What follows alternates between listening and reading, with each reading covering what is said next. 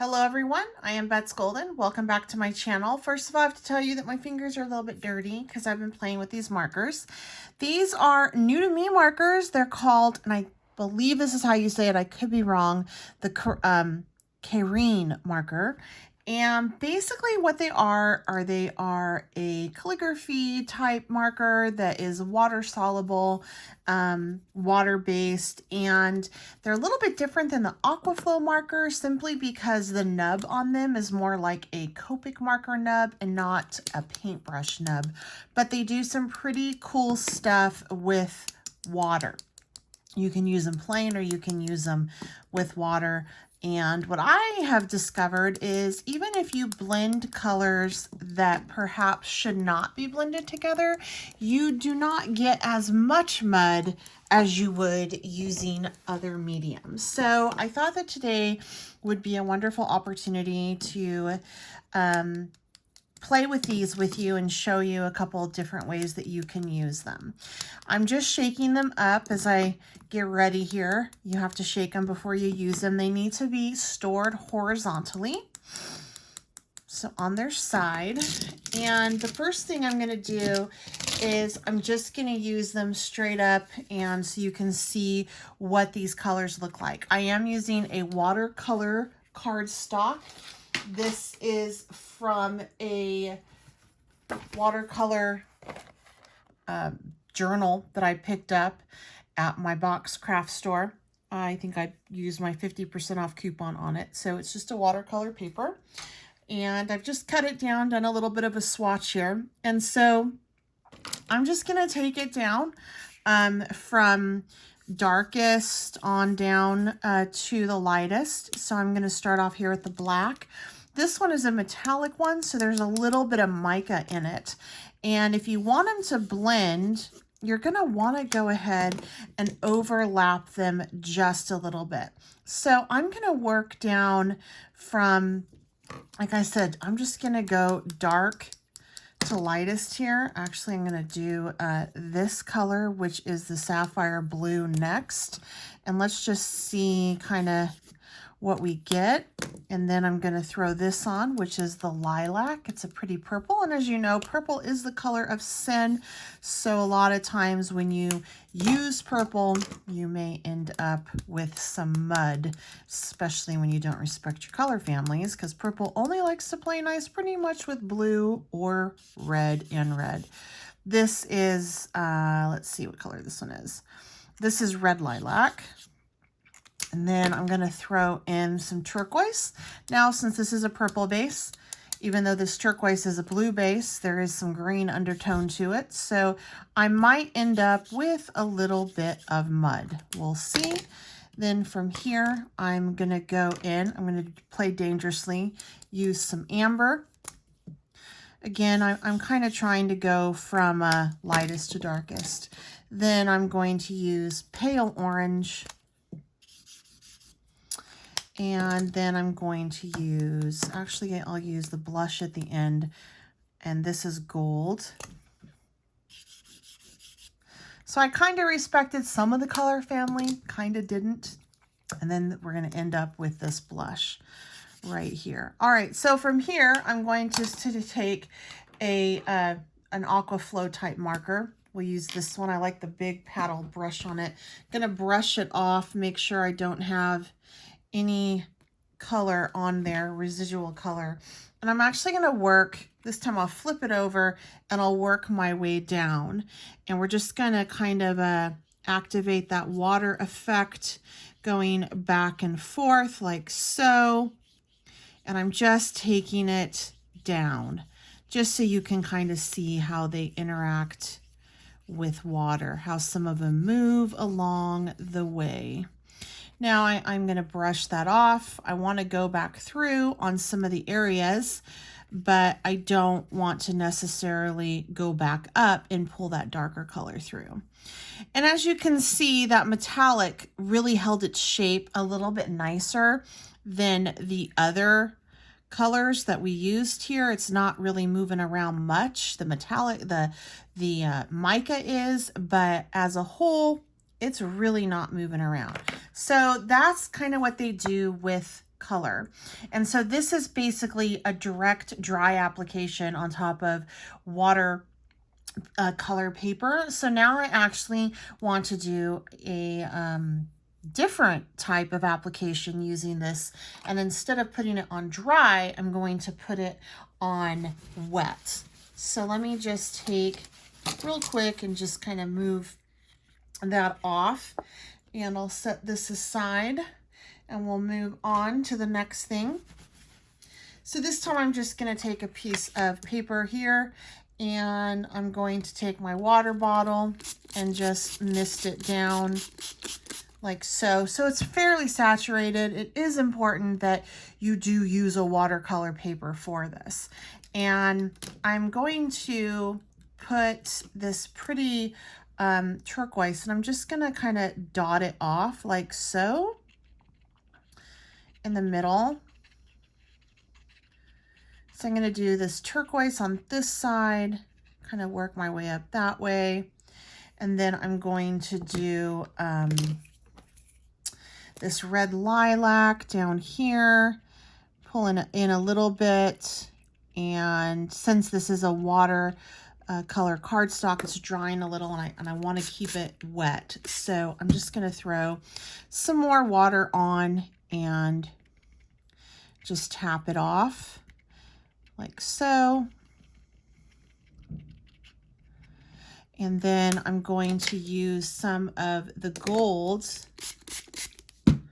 up here on the top like so.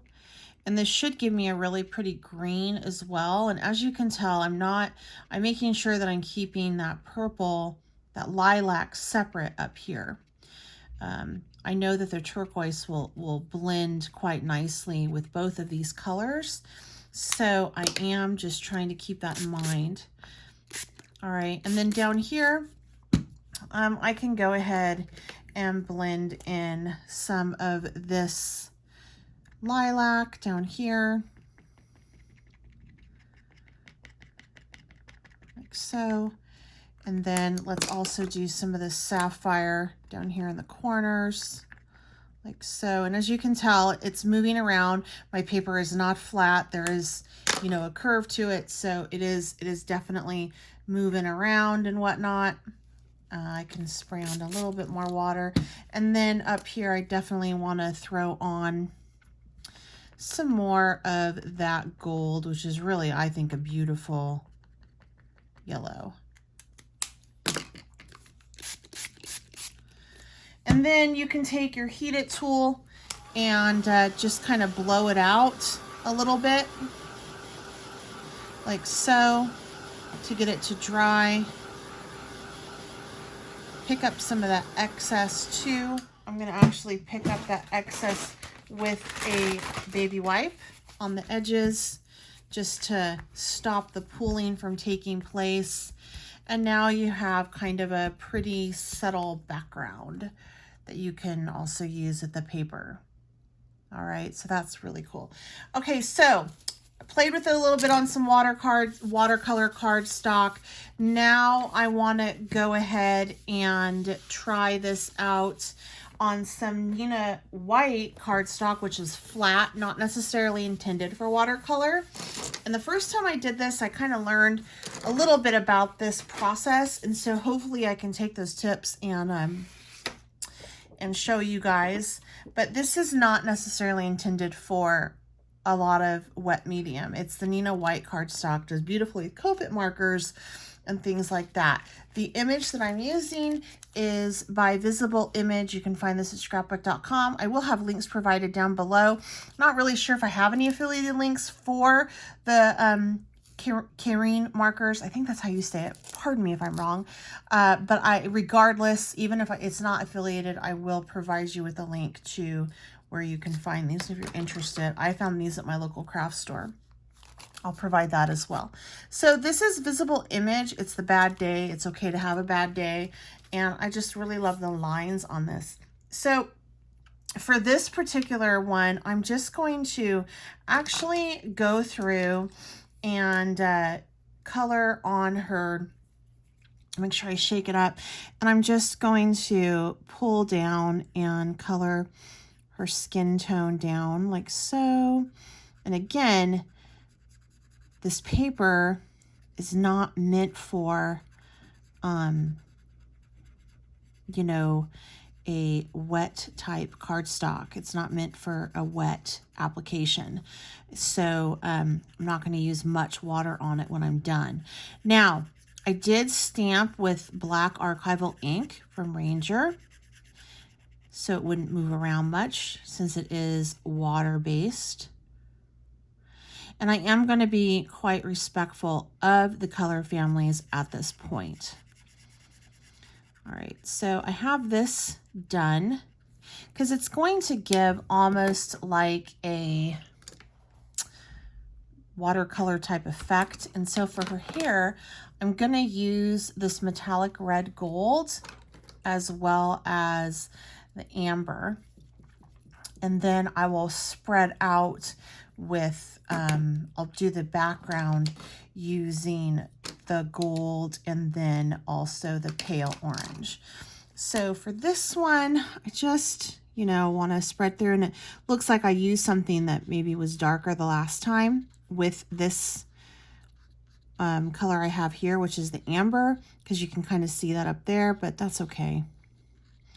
So I'm just going to go ahead and color this out, pull it on through like so.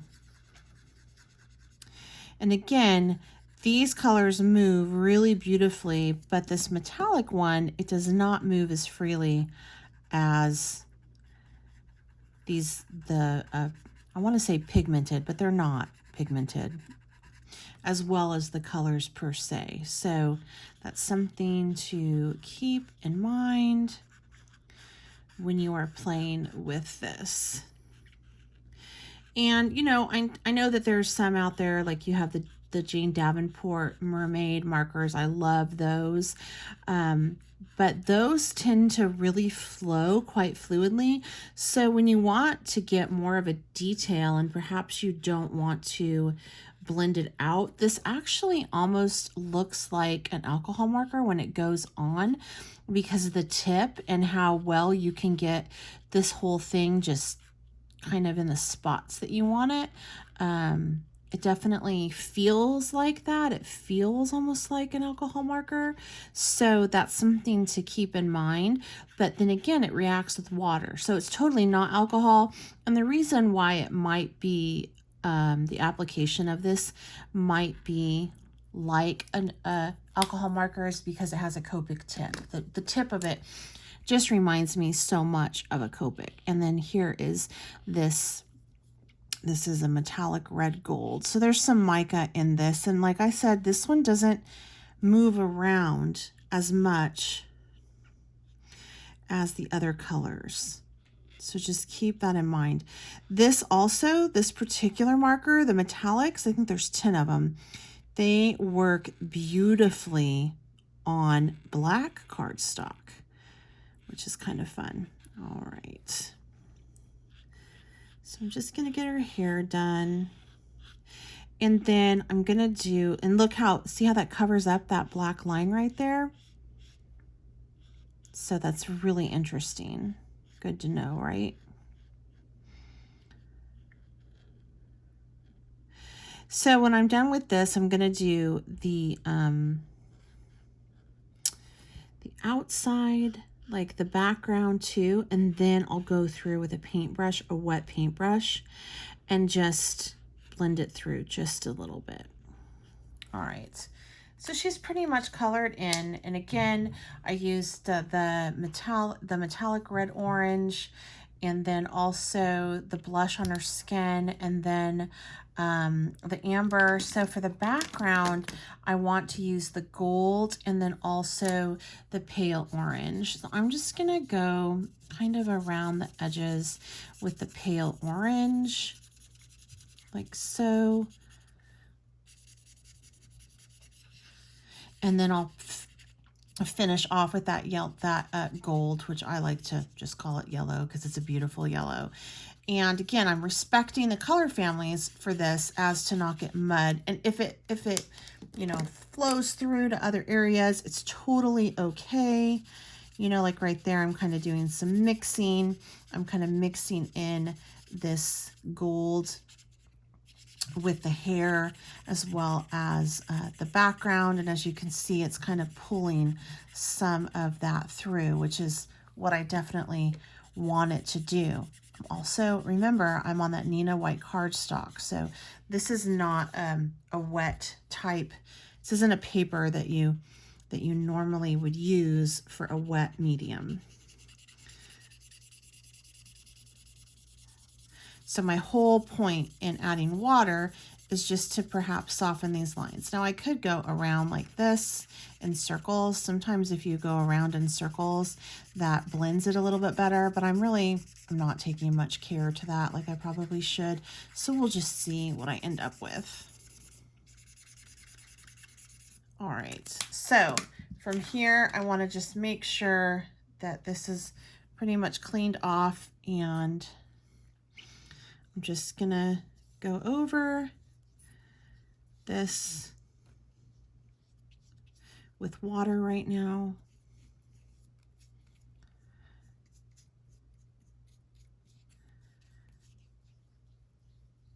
We'll see what we can get.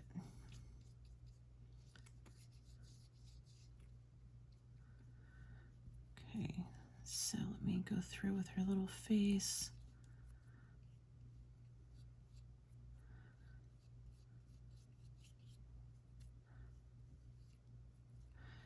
So as you can tell, I'm being pretty sloppy with it. And that's because I'm okay with being sloppy with it.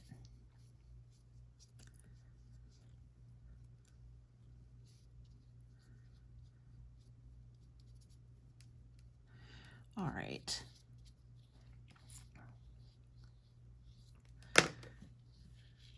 So there's this, and then if you want to go back through, you know, you can totally, I'm just going to add a little bit more color to this background, and perhaps I'm going to do something dangerous. I'm going to add in a little bit of this red lilac, and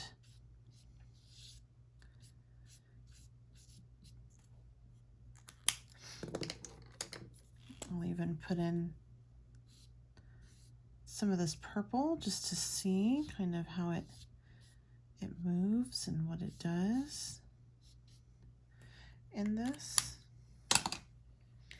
And if I'm worried that it's getting too wet, I can just hit it with my heat tool. And I'll show you the other samples I created as well. Sorry, I went a little off screen there. But as you can tell, as it gets in with the water, it kind of, you know, moves a little. So it softens it a little bit, and it moves it around. So that's kind of cool how it does that. But it definitely holds its shape. I would say that this holds its shape a lot better than the Aquaflow markers from Tonic, from Nuvo. I think that this just holds its shape a lot better. You know what it kind of reminds me of, you guys? And I haven't played with them in a while, are the distress markers. So it's just a little bit of a different tip. So I'm wondering if you have the distress markers, if you wouldn't get similar results, really.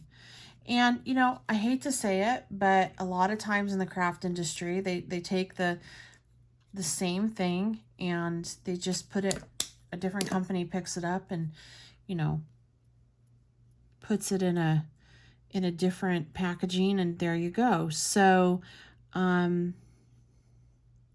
you know what they remind me of? They remind me of the distress markers. That's what they do. They remind me of the distress markers.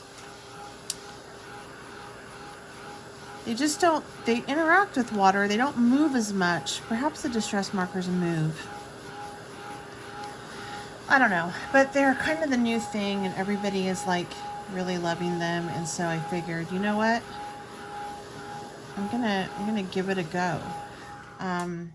And so from here, I'm gonna actually add in a little bit more darkness, and we're just going to kind of carry on the hair, I think. All right, and my paper's really starting to get tore up right now because it's not watercolor paper. But I like to stamp better. I don't like to always stamp on watercolor paper. So I'm just going to do this. And I really kind of like it. I kind of made it work. All right. So anyway, if you've been wanting to try these new markers, you know, a lot of people really enjoy them and whatnot. I just thought I would try them for you on screen and do a couple things that I've been playing with. I'll link down below where I got them, as well as some places that you can look. I'll find some other places. This is the first time that I tried to do this, and as you can tell, I'm like, okay, well, I'm going to try to do some blending, and I'm going to use this marker, which is the metallic red, but I didn't realize at the time that since there is some mica in it, it holds its shape, so it didn't blend out. And then I did this, which is the rainbow effect, and then I took, this one's kind of cool, I wanted to do like a galaxy background. And so I used the blue tones and the black on this. And then once it dried, I spritzed a little bit of water and I picked up the water. I think that this is going to be really good once I flick it with a little bit more white. I'm going to use white acrylic gloss spray by Dina Wakley. And this one I think I can actually use. This one will probably turn into die cuts. And then I tried to do the same technique, only I wet the substrate first. And this again, these are on watercolor paper. This is on that Nina cardstock. So this is watercolor paper. So for the next one, I tried to wet the whole thing down first and put these same colors down. And I ended up with this. A little bit of brown. I'm not loving it. It's not my favorite thing. And then the first technique that I showed you, or actually no, the second one, which was this really pretty one, I did, and I just added water, and I do like that background. So I had added water first and then just kind of tapped it out.